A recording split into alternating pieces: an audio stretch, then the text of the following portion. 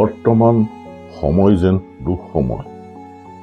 অসমীয়াৰ হিয়াৰ আমঠু জুবিন গাৰ্গৰ মৃত্যুৰ খবৰটো যে এনেকৈ পাম, সেয়া সকলোৰে বাবে সপোনৰো অগোচৰ আছিল। সংগীতৰ মায়াজালেৰে হাজাৰজনৰ হৃদয়ত থিতাপি লোৱা এক বিপ্লৱী সত্তা, এক প্ৰতিবাদী কণ্ঠ এনেদৰে নাইকিয়া হৈ যোৱা সমগ্ৰ বিশ্বৰ সংগীতপ্ৰেমীসকল আজি ম্ৰিয়মান হৈ পৰিছে। 2019 চনত সংগীত পৰিৱেশন কৰিবলৈ ভেংকুভাৰলৈ অহা জুবিন গাৰ্গৰ মৃত্যুৰ খবৰটো পাই ইয়াত থকা অসমীয়াসকল শোকত ম্ৰিয়মান হৈ পৰিছে। এই ভিডিঅ'টোৰ জৰিয়তে তেওঁলোকে অনুষ্ঠিত কৰা শ্ৰদ্ধাঞ্জলি অনুষ্ঠানৰ কিছু মুহূৰ্ত এই মহান শিল্পীজনাৰ প্ৰতি শ্ৰদ্ধাঞ্জলি জ্ঞাপন কৰি মই আপোনালোকলৈ আগবঢ়ালোঁ। আমি আনফৰ্চুনেট ইভেণ্ট এটাৰ কাৰণে আমি এনেকৈ গোট খাবলগীয়া হ'ল। অতি মৰমৰ জুবিন দাক আজি আমাৰ মাজত নাই। এটা আনফৰ্চুনেট ইনচিডেণ্টৰ কাৰণে আমি তেওঁক আমাৰ মাজৰ পৰা হেৰুৱাবলগীয়া হ'ল। আৰু আমাৰ মাজত তেওঁৰ বহুতখিনি স্মৃতি, বহুত গান বা বহুতখিনি কৰি যোৱা কাম আমাৰ মাজত আজি থাকিব, যিটো স্মৃতি লৈ আমি আগবাঢ়ি যাম।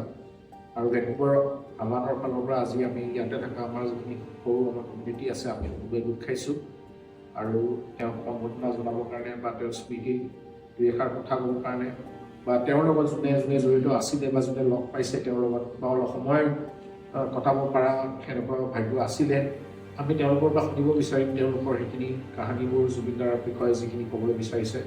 আৰু সেই লৈ আমি তেওঁৰ স্মৃতিটো নিজৰ মাজত জীয়াই ৰাখি আগবাঢ়িব বিচাৰিছোঁ। আৰু আজি এই সৰু অনুষ্ঠানটো আমি অৰ্গেনাইজ কৰিছোঁ তেওঁক শ্ৰদ্ধাঞ্জলি দিবৰ কাৰণে।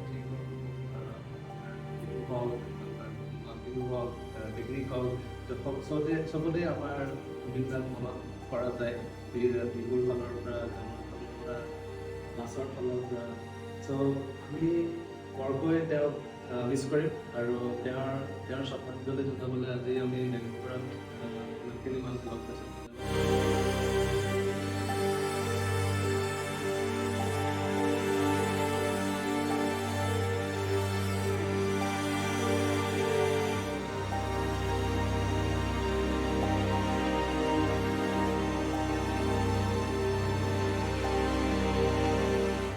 এনেকে ভাগিনীৰ সপোন, এনেকে ভাগিনীৰ সপোন, এনেকে হেৰাইনে সৰু, এনেকে হয়নে আওসী দেখা, ইমান অভিমান, ইমান আদৰ, এনেকে যাবিনে এৰি, আহনা উভতি, এইবাৰ তোক নিদিওঁ মাথো এখেমতলৈকো এৰি, তাত তোক ইমান ভাল পোৱা কোনোবা আছেনে?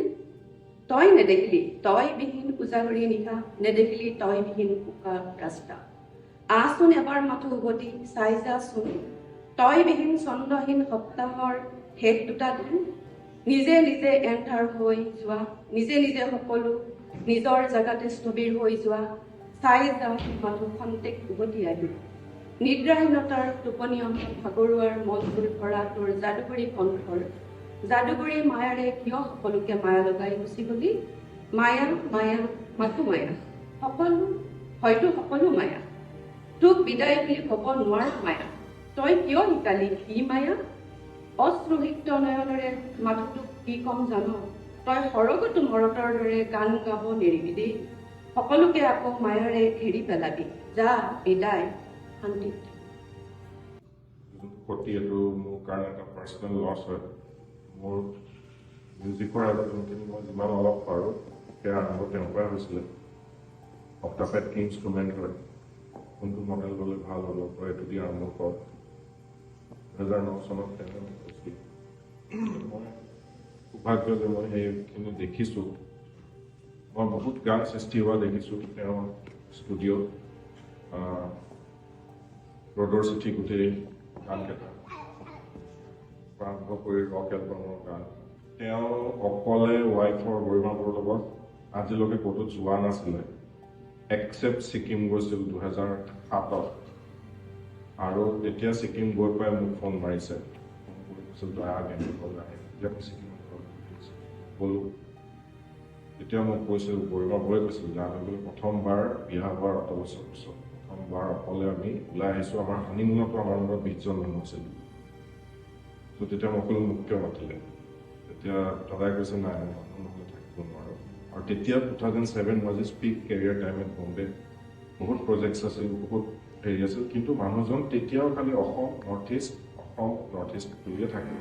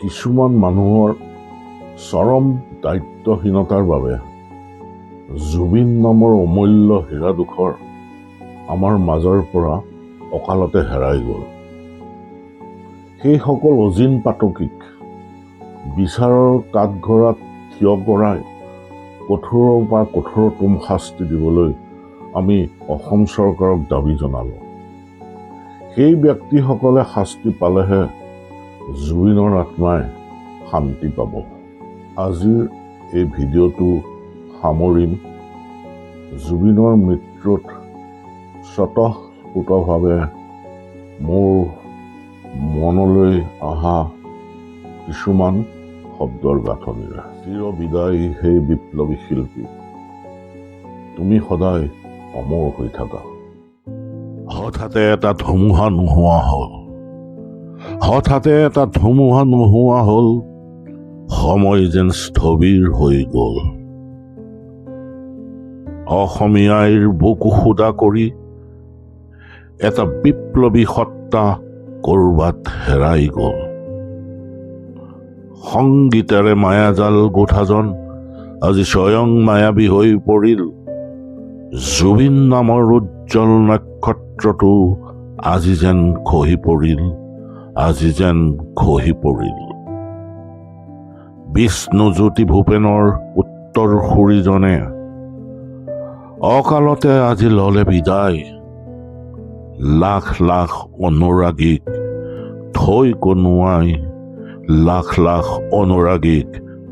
কন্দুৱাই গাবও কৰিছোঁ জুবিন আকৌ জনম লোৱা অসমীৰ বুকুত